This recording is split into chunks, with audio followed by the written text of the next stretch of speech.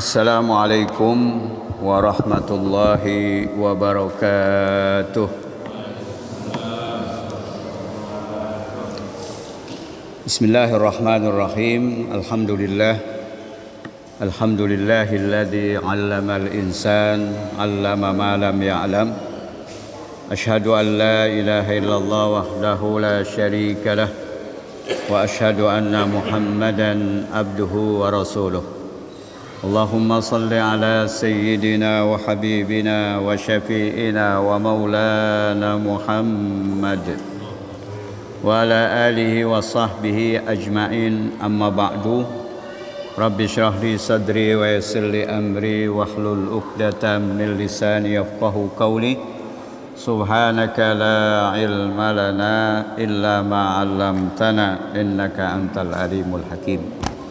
Al-Fatihah. Allah yaftahu alaina futuhal arifin wa yufaqqihuna fid din wa yarzuquna kamal ikhlas wal yakin. Sumal arwahil ulama'il amilin wa masyayina fid din wa waliday hadirina fi hadzal masjid wa ilal muallif hadzal kitab. Syai'u lillahi lahumul Fatihah. A'udzu billahi minasy syaithanir rajim. Bismillahirrahmanirrahim. Alhamdulillahi rabbil alamin. Ar-Rahmanir Rahim. Maliki yaumiddin. Iyyaka na'budu wa iyyaka nasta'in. Ihdinas siratal mustaqim. Siratal ladzina an'amta 'alaihim ghairil maghdubi 'alaihim waladdallin. Amin. Masyarul muslimin, jamaah yang dimuliakan Allah Subhanahu wa taala, puji syukur mari senantiasa kita panjatkan kehadiratnya. Alhamdulillah, pada malam hari ini kita dapat berjumpa kembali dalam rangka melaksanakan kewajiban kita, yaitu salat maghrib berjamaah. Dan sebagaimana biasa setiap malam Senin kita lanjutkan dengan thalabul ilmi. Mudah-mudahan kehadiran kita mendapat ridha Allah Subhanahu wa taala serta mendapatkan ilmu yang bermanfaat. Salawat dan salam semoga Allah melimpahkan kepada panutan kita, junjungan kita, suri tauladan kita, baginda Rasulullah sallallahu alaihi wasallam. Mudah-mudahan kita dapat mengikuti sunnah-sunnahnya, ajaran-ajarannya dalam berbagai aspek kehidupan. Para jamaah sekalian, pada pertemuan yang lalu kita membahas salah satu dari hukuman had, yaitu bagi orang yang mencuri, merampok, korupsi dan apapun namanya, mengambil harta orang dengan cara yang tidak hak atau dengan cara batil, itu kita kenal atau kita sebut dengan pencurian. Nah, di dalam Islam bahwa orang yang mencuri harta orang lain, maka apabila memenuhi persyaratan, dia harus dipotong tangannya. Nah, persyaratan itu antara lain orangnya yang mencuri itu sudah dewasa atau balik, istilah kita, istilah fikih. Kemudian orangnya berakal sehat. Kemudian pilihan, artinya bukan dipaksa. Kemudian harta yang dicuri itu sudah sampai pada batas nisab, yaitu batas minimal yang disebutkan di dalam buku-buku fikih itu adalah 1/4 dinar. Kemudian yang berikutnya syaratnya bahwa barang yang dicuri itu diletakkan atau disimpan pada tempat yang wajar. Itu sudah kita bahas dalam pertemuan yang lalu. Pada malam hari ini, bagian akhir dari bab ini mengenai tata cara hukum potong tangan apabila syariat Islam diterapkan seperti di beberapa negara misalnya. Qala al-musannif rahimahullahu ta'ala wa nafa'ana bi ulumihi wa tuqta'u yaduhul yumna minal qu fa in saraqa saniyan quti'at rijluhu al-yusra fa in saraqa salisan quti'at yaduhul yusra fa in saraqat rabi'an quti'at rijluhu al-yumna fa in saraqa ba'da zalika uzzira. Ini matannya atau ringkasannya, yang artinya apa? Kata pengarang, wa tuqta'u yaduhul yumna minal qu. Jadi apabila seorang mencuri, mengambil harta orang lain tanpa hak, kemudian memenuhi yang syarat yang 6 tadi kita sebutkan, maka dipotong tangan kanannya. Itu yang pertama. Di mana yang dimaksud tangan di situ? Yaitu minal qu. Qu itu pergelangan tangan di sini. Nah, itu kalau dia mencuri yang pertama. Kemudian enggak kapok masih mencuri lagi. Fa in saraqa saniyan. Jadi kalau dia mencuri untuk kedua kalinya, quti'at rijluhu al-yusra, maka dipotong kakinya, disilang. Jadi kalau yang pertama tadi tangan kanannya dari pergelangan tangan ini, kemudian kalau mencuri lagi yang kedua, maka di kakinya dipotong. Itu juga dari pergelangan dekat mata kaki situ. Itu kalau kedua kalinya. Fa in saraqat salisan quti'at yaduhul yusra. Masih mencuri juga enggak kapok-kapoknya, maka berikutnya yang ketiga kali dipotong tangan kirinya dari pergelangan tangan sama seperti yang tadi. Masih mencuri juga yang keempat kalinya, fa in saraqa rabi'an quti'at rijluhu al-yumna. Maka kalau dia mencuri lagi keempat kalinya, maka dipotong kaki kanannya, jadi silang. Nah kalau udah habis semua empat-empatnya, fa in saraqa ba'da zalika uzzira. Jadi kalau mencuri setelah 4 kali, tangannya, kakinya udah habis semua buntung, maka kalau masih mencuri juga uzzira. Uzzir itu diasingkan atau dipenjara orang yang mencuri untuk kelima kali. Nah ini kenapa sampai keras begitu? Ya supaya ada efek jerah. Orang yang melihat orang yang mencuri itu, yang korupsi itu dihukum berat semacam itu, ya mereka akan berpikir 1000 kali untuk melakukan hal yang sama. Nah di kita ini karena hukum tidak ditegakkan secara baik, orang korupsi miliaran itu ya ketawa-ketawa aja kan. Kenapa? Karena mereka dengan kekuatannya, dengan kayaannya, bisa aja meskipun katanya di penjara, tapi bisa jalan-jalan ke sono kemari. Nah itu akibat tidak tegasnya menerapkan hukum. Nah jika hukum itu diterapkan dengan tegas, ya ada efek jerahnya. Artinya orang yang ingin melakukan hal yang sama, maka dia akan berpikir. Nah makanya di dalam syariat Islam itu seperti itu.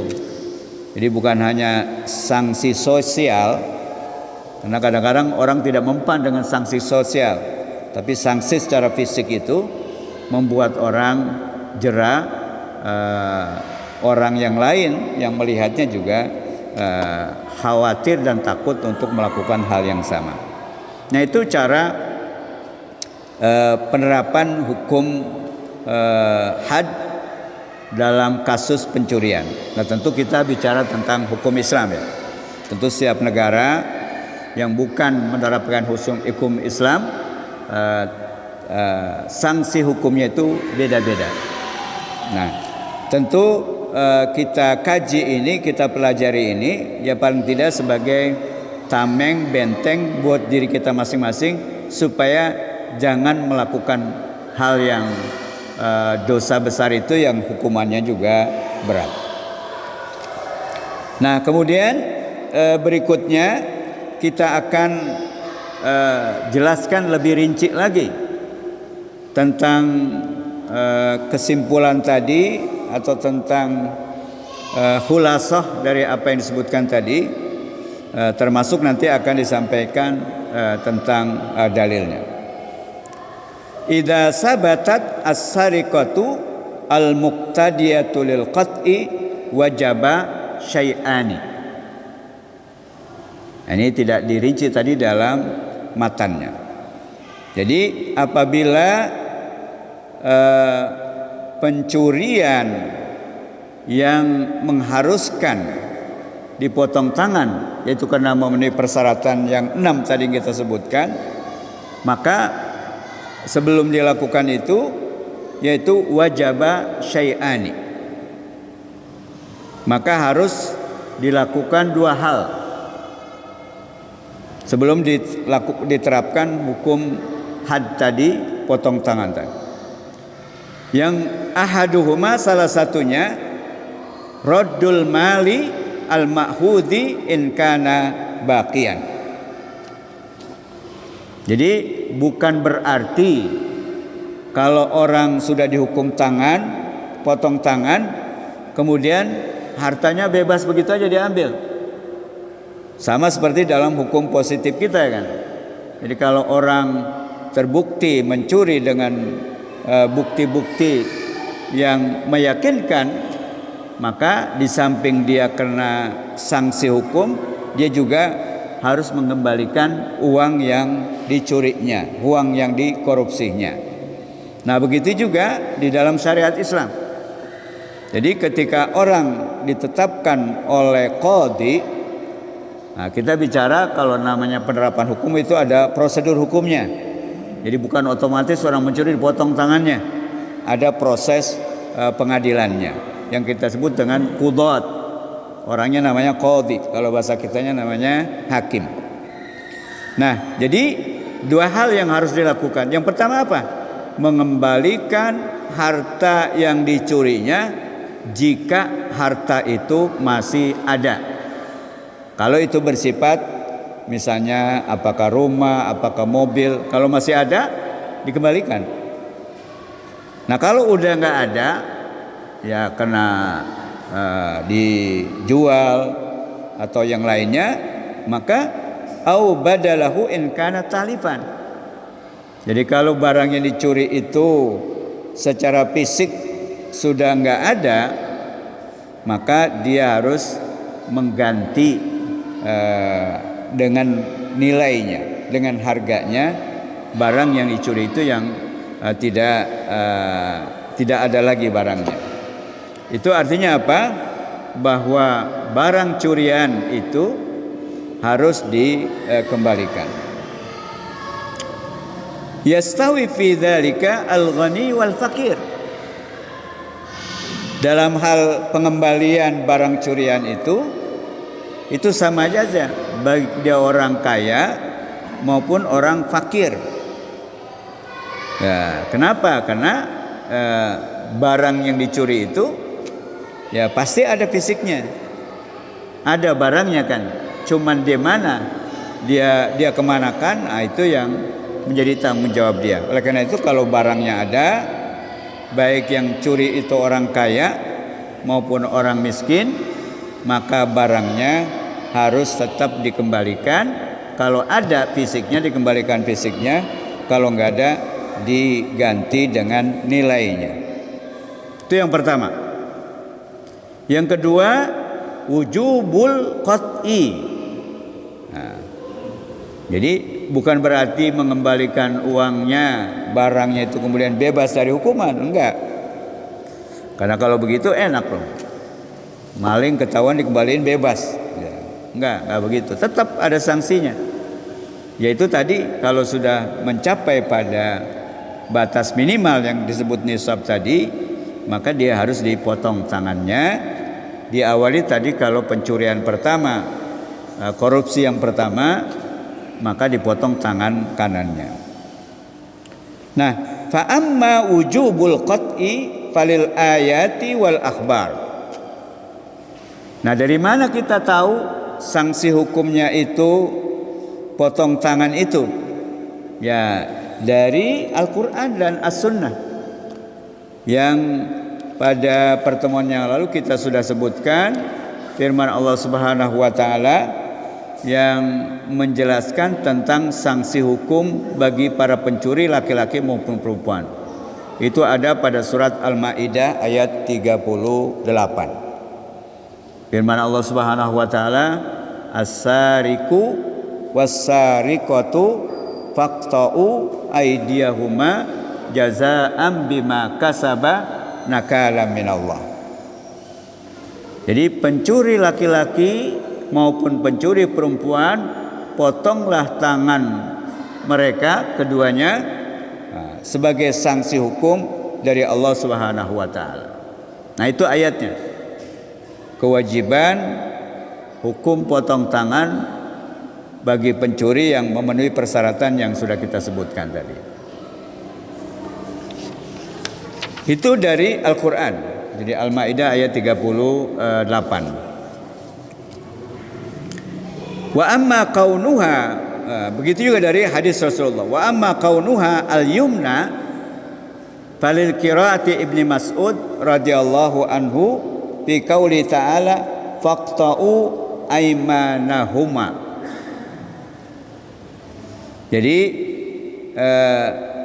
dalil yang menjelaskan bahwa yang dipotong itu tangan kanannya pencuri untuk pencurian pertama, itu dalilnya dari mana? Nah, ada riwayat qiraah Ibnu Mas'ud, yaitu Abdullah Ibnu Mas'ud radhiyallahu anhu.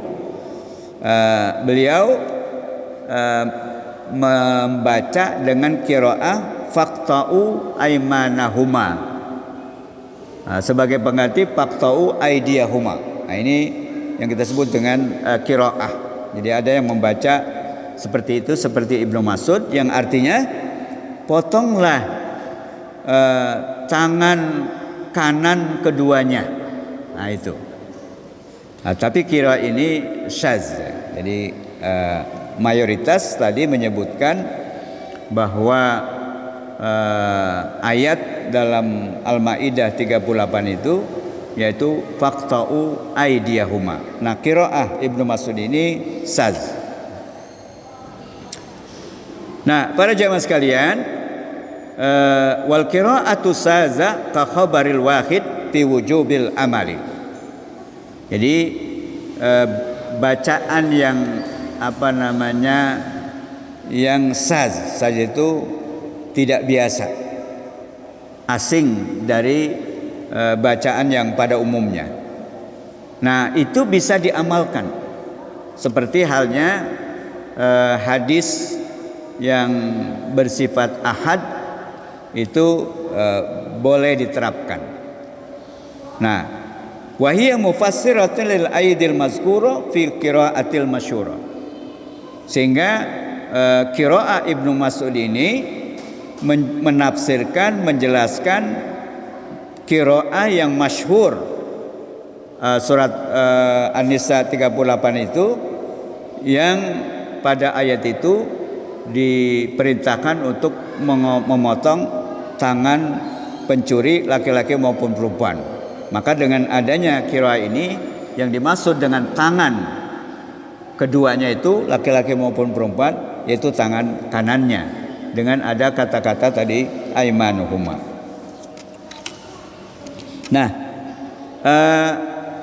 begitu juga diperkuat oleh hadis Rasulullah sallallahu alaihi wasallam, wa ruwiya annahu sallallahu alaihi wasallam amara bihi wa fa'alahu al-khulafaul arba'atu ba'dahu radhiyallahu anhum. Nah, diperkuat tata cara hukuman potong tangan didahului dengan tangan kanan itu hadis dari Rasulullah sallallahu alaihi wasallam, bahwa beliau memerintahkan untuk melakukan hal itu, yaitu dimulai dengan tangan kanan. Kemudian juga dilakukan oleh para khulafaul arba'ah, khalifah yang 4, yaitu Abu Bakar Siddiq, Umar bin Khattab, Utsman bin Affan, dan Ali bin Abi Thalib.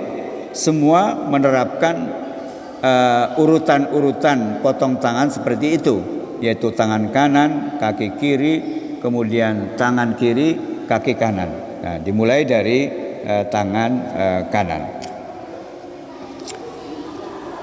Nah, kemudian wa tuqta'u min mafsalil qu. Nah, ini juga penjelasan. Karena kalau disebut tangan kan dari mulai ujung jari sampai bahu ini namanya tangan. Nah, yang dimaksud itu potongnya di sini apa di sini apa di sini.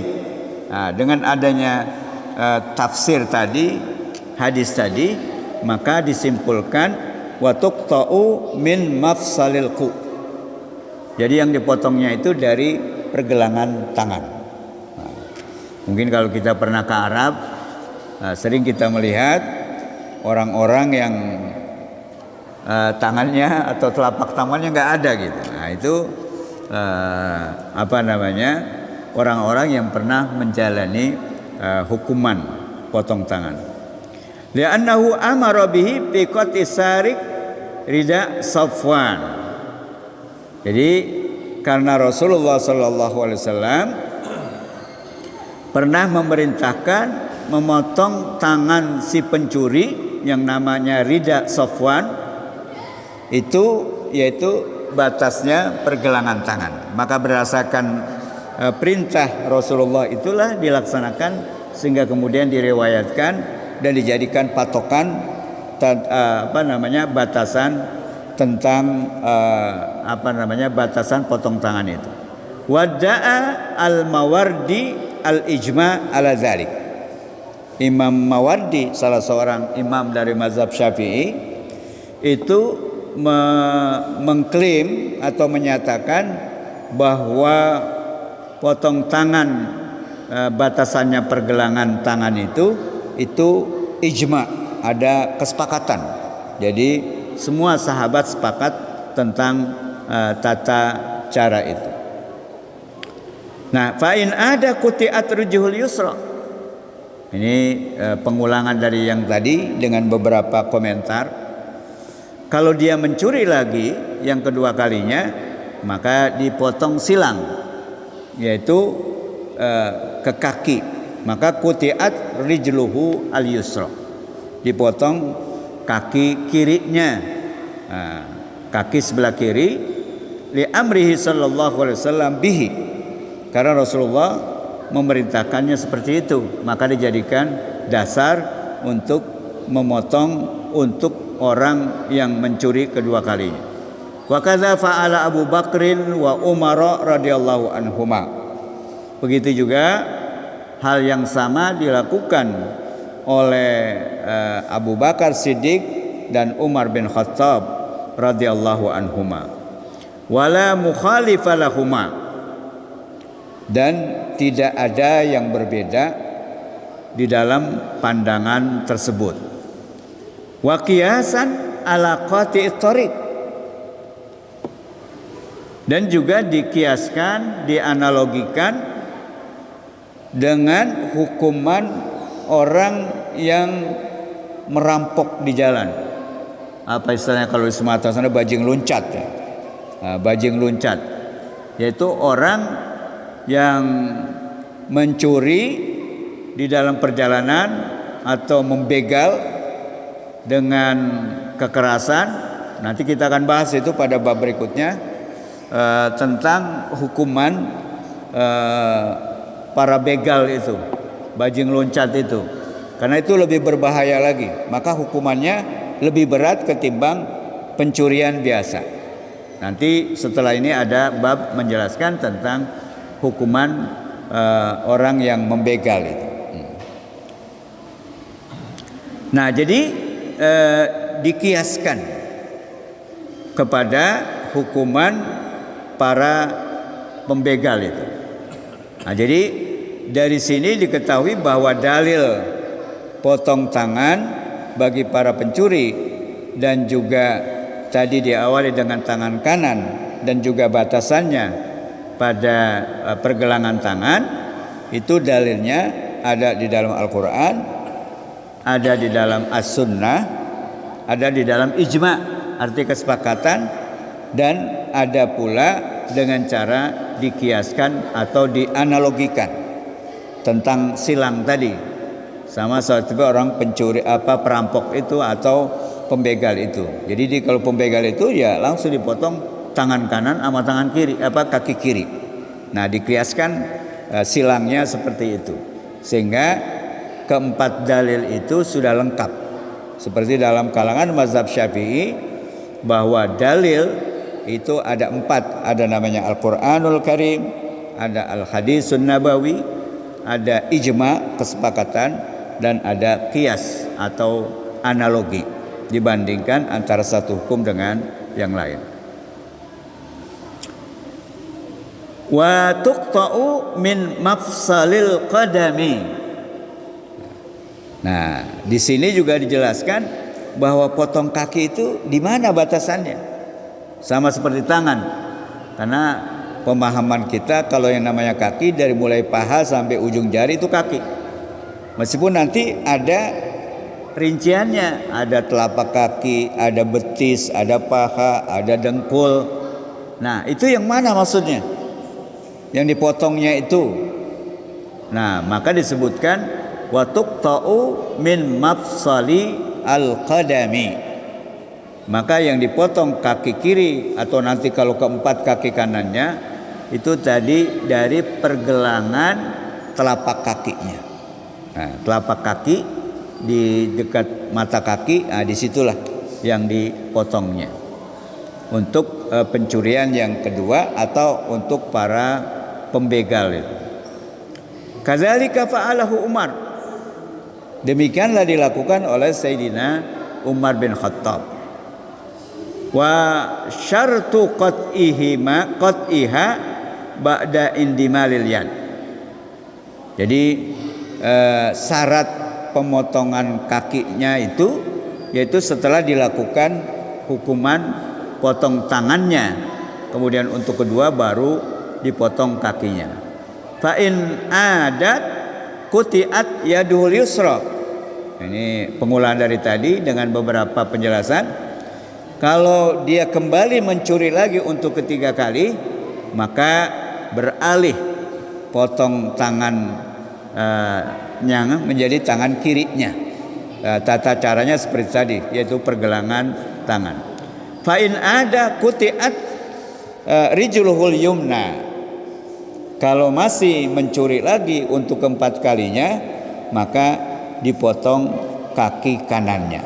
Sehingga akhirnya udah nggak bisa bergerak lagi kan, nggak bisa melakukan hal-hal seperti biasa. Nah, li amrihi sallallahu alaihi wasallam bidzalika. Dalilnya adalah karena Rasulullah sallallahu alaihi wasallam memerintahkan untuk menjalankan hukuman atau untuk dilaksanakan hukuman seperti itu. Wa ruwa zalika min fi'li as-siddiq. Dan itu diriwayatkan dari apa yang dilakukan oleh khalifah Rasulullah yang pertama, yaitu Abu Bakar Siddiq. Fa innahu ji'a bi rajulin maqtu'il yad war rij fa quti'a yaduhu al-yusra. Karena pada masa khalifah Abu Bakar Siddiq didatangkan seorang laki-laki pencuri, tangan kanannya dan kaki kirinya sudah dipotong karena sudah mencuri 2 kali, maka kemudian itu untuk ketiga kalinya maka Abu Bakar Siddiq memerintahkan untuk dihukum memotong tangan kirinya. Fa in ada ba'da qatil arba'ah uzira. Kalau masih juga mencuri untuk kelima kalinya, tangannya kakinya udah habis semua, maka hukuman berikutnya adalah uzira. Uzira itu diasingkan. Kalau sekarang mungkin penjara. Nah, kalau diasingkan jadi balik lagi gitu kan. Nah, sehingga dijauhkan dari keluarganya, sehingga di situ akan terasa berat hukuman pada orang yang mencuri itu yang beberapa. Nah, li'annal qat'a sabata bil kitabi wa sunnah walam yuzkar ba'dahu syai'un akhar wasariqatu maksiyatun fa uzzira bisababiha. Jadi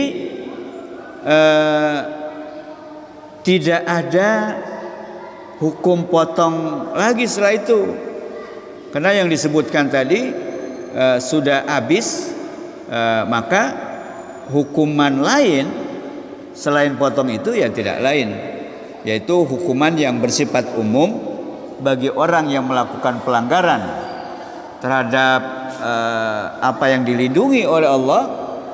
Maka yang hukuman yang tidak disebutkan secara detail, maka hukumannya pengasingan atau penjara.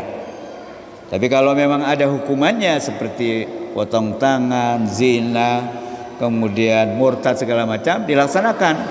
Tapi kalau pencuriannya tidak memenuhi persyaratan untuk dipotong tangannya, maka dia diasingkan atau dipenjara. Nah, tapi ada riwayat yang tidak begitu kuat, yaitu wa an qadim annahu yuqtal. Jadi pendapat Imam Syafi'i dalam qaul qadimnya, Imam Syafi'i itu ada dua pendapat. Pandangannya itu ada dua macam. Ada pendapat beliau ketika beliau masih tinggal di Baghdad, di Irak. Nah, pendapat Imam Syafi'i yang dikemukakan di masa beliau tinggal di Baghdad, di Irak, tentang berbagai macam hukum, itu disebut qaul qadim, yaitu pandangan Imam Syafi'i yang terdahulu. Nah, ketika beliau hijrah dari Irak ke Mesir, ke Kairo, yang sampai saat ini kalau kita berkunjung ke Kairo itu kita bisa berziarah ke Masjid Imam Syafi'i di pinggir kota Kairo.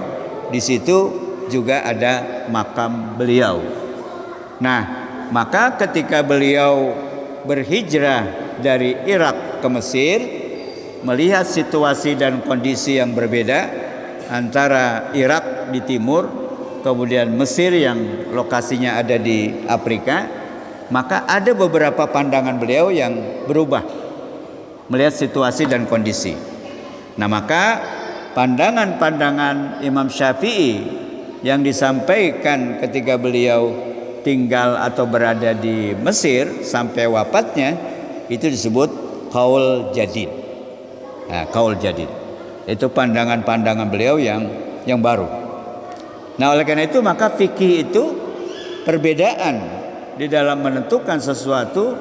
Kalau tidak ada nas yang qat'i, yang pasti, maka dia bisa diijtihadkan, seperti tentang hukuman orang yang mencuri untuk kelima kali. Kalau dari 1 sampai 4 itu nggak bisa diijtihadkan karena memang sudah ada tata caranya. Tapi untuk kelima ini nggak ada kepastian hukumnya yang tegas. Nah, makanya menurut qaul qadim Imam Syafi'i, karena udah kebangetan itu mencurinya, udah kagak kapok-kapok, udah 4 kali, tangannya udah habis, kakinya udah habis, maka masih juga menurut Imam Syafi'i ya harus dihukum mati. Nah, yaitu wa anil qadim annahu yuqtal, bahwa itu dibunuh. Li'annahu sallallahu alaihi wasallam amara biqat'is sariki fil arba'ah wa qala fil khamisah uqtuluhu, rawahu Abu Daud wan Nasa'i. Nah, argumen Imam Syafi'i dengan pandangannya pada qaul qadim itu, yaitu bahwa orang yang mencuri untuk kelima kali dihukum mati, yaitu berdasarkan hadis Rasulullah SAW, di mana beliau memerintahkan orang yang mencuri 4 kali itu dipotong tangannya, Sedangkan kalau masih mencuri juga untuk kelima kali, maka kata beliau uqtuluhu. Uqtuluhu dia, hukum mati dia. Hadis ini diriwayatkan oleh Abu Daud dan Nasai. Nah, yang terakhir, wal mazhabu annahu yu'azzaru kama zakar. Nah, ini perbedaan yang terjadi, pandangan Imam Syafi'i yang kita sebut dengan qaul qadim dengan pandangan beliau yang baru ketika beliau ada di Mesir. Nah,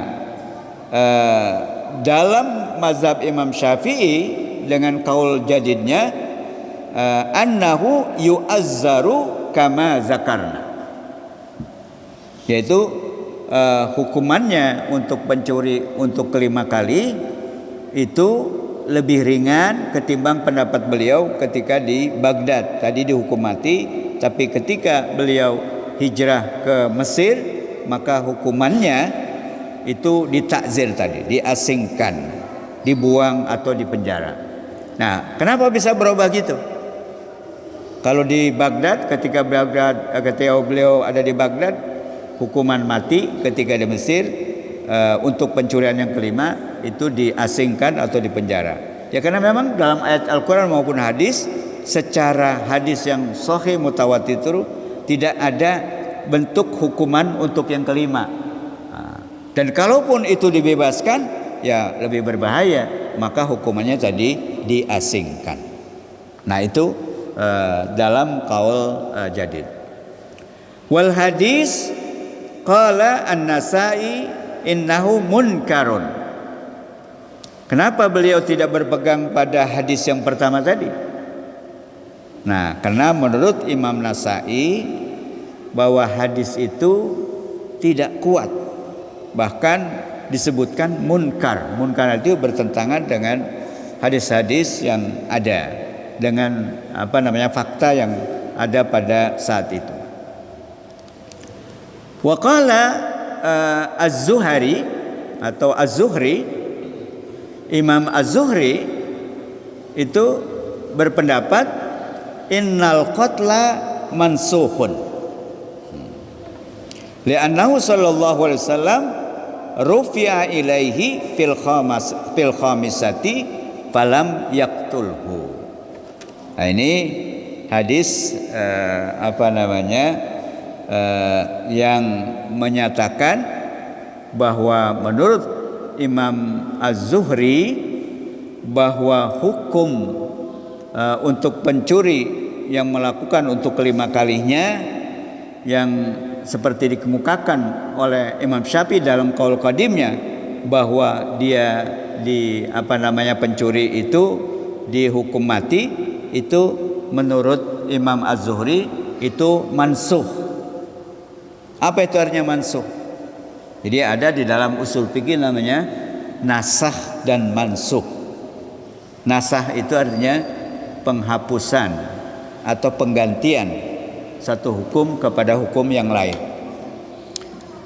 Jadi menurut Imam Zuhri bahwa hukuman pencuri untuk kelima kali itu harus dihukum mati, itu dinasah dengan hadis yang datang dari baginda Rasulullah berikutnya, di mana beliau, kata Imam Az-Zuhri ini, rufi'a ilaihi fil khamisati falam yaqtul. Jadi ketika disampaikan kepada beliau seorang pencuri untuk kelima kalinya, falam yaqtulhu, beliau tidak menghukum mati, tapi diasingkan. Nah, maka berdasarkan kasus ini yang dilaporkan kepada Rasulullah SAW, waqala Syafi'i, maka setelah Imam Syafi'i mendapatkan hadis ini, beliau berpendapat al-qatlu mansukhun bila khilafin bainal ulama. Jadi Imam Syafi'i mengatakan alasan kenapa beliau berubah pandangannya ketika masih ada di Baghdad yaitu menjatuhkan hukuman mati, sedangkan ketika beliau hijrah ke Mesir, kemudian hukuman pencuri yang kelima kali itu adalah lebih ringan, yaitu diasingkan atau dipenjarakan. Dan menurut beliau sama seperti Imam Zuhri tadi, bahwa pelaksanaan hukum mati itu dinasah, direvisi, diganti dengan hukuman yang lebih ringan, yaitu dengan pengasingan atau penjara. Kata beliau, ini bila khilafin bainal ulama, yaitu tidak ada perselisihan pendapat, perbedaan pendapat tentang hukuman pengasingan itu di kalangan ulama. Artinya para ulama sepakat gitu. Nah, sedangkan yang dihukum mati tadi itu ikhtilaf. Sedangkan yang dipenjara atau diasingkan ini ijma. Maka yang dipegang itu. Wali anna kulla maksiatin aujabat haddan lam yujib tikraruha aujabat haddan lam yujib tikraruha al-qatlu kazina wal qazab. Karena setiap kemaksiatan, maksiat itu melanggar hukum Allah. Nah, maka aujabat haddan, maka wajib diterapkan hukuman. Nah, kalau hukuman itu tidak sampai pada batas minimal atau tidak memenuhi persyaratan, maka hukumannya menjadi lebih ringan. Sama seperti tadi, misalnya ada orang mencuri, ada anak-anak mencuri, ada orang mencuri tapi tidak sampai pada batas minimal atau nisab, maka dia tetap dapat sanksi, dikenakan sanksi, tapi sanksinya tidak seberat kalau misalnya yang dilakukan oleh orang dewasa atau dilakukan oleh barang yang dicurinya belum sampai pada batas nisab, maka tetap harus kena sanksi sehingga menjadi efek jerah. Meskipun mereka belum memenuhi persyaratan untuk dihukum potong tangan, maka hukumannya tetap ada tapi lebih ringan. Maka dalam hukum positif kita juga, anak-anak yang melakukan tindak kriminalitas, baik itu pencurian, pembunuhan atau narkoba segala macam, itu pengadilannya beda dengan pengadilan orang dewasa, namanya pengadilan anak-anak. Nah, kenapa? Karena mereka itu masih bisa diharapkan untuk ada perbaikan, karena mereka masih kanak-kanak. Oleh karena itu, maka hukumannya pun tidak seberat orang dewasa, yaitu dengan cara ditakzir, yaitu tadi dipenjara atau diasingkan. Hadirin jamaah yang dimuliakan Allah Subhanahu wa taala, inilah kajian kita pada malam hari ini, membahas tentang salah satu hukum Islam yang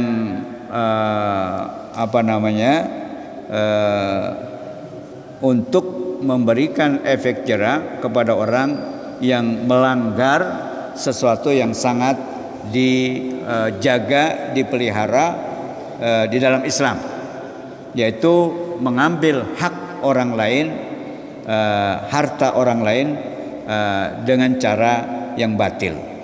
Nah, tentu hukuman itu diterapkan, diputuskan bukan sebagai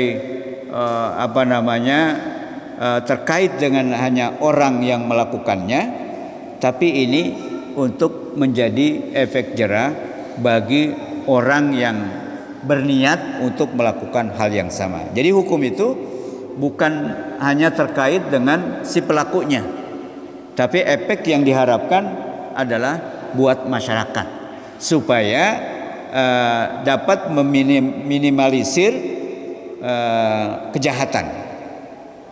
Nah, karena kalau tidak ada hukum, maka kejahatan akan merajalela. Ada hukum saja kejahatan nggak berhenti-berhentinya setiap hari.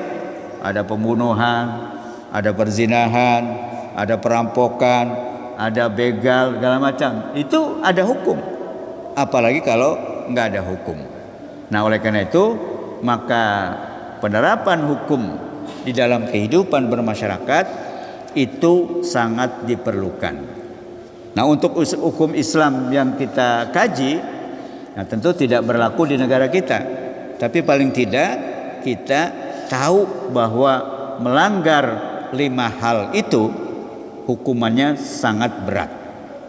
Nah, ini sudah yang ketiga kita bahas. Hal-hal yang sangat dilindungi dalam Islam, yaitu akal, jangan sampai dirusak, maka hukumannya berat. Kemudian juga harta kekayaan, itu juga nggak boleh diganggu harta kekayaan orang, karena itu hak orang.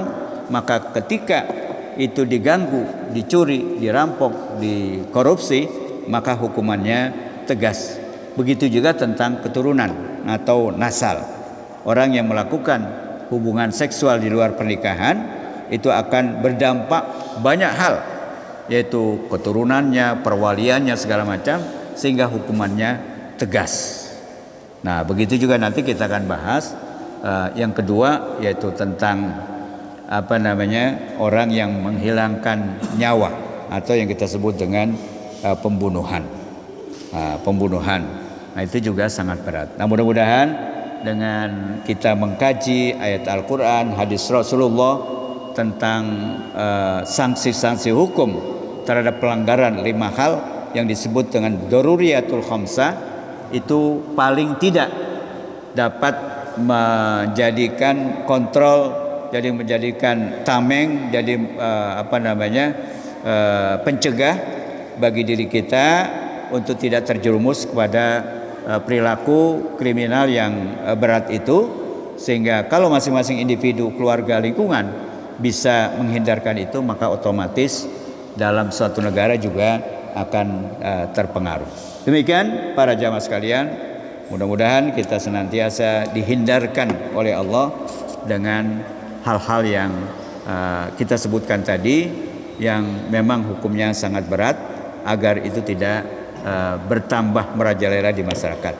Mudah-mudahan masyarakat kita menjadi aman, tentram, baldatun thayyibatun warabun ghafur, bisa terwujud. Amin ya rabbal alamin. Wa'fu 'anna ya karim.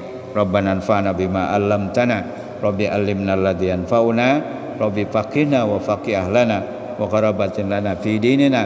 Allahumma inna nas'aluka ilman nafi'ah wa amalan salihah wa rizqan wasi'an halalan thayyiban. Rabbana atina fid dunya hasanah wa fil akhirati hasanah wa qina adzabannar.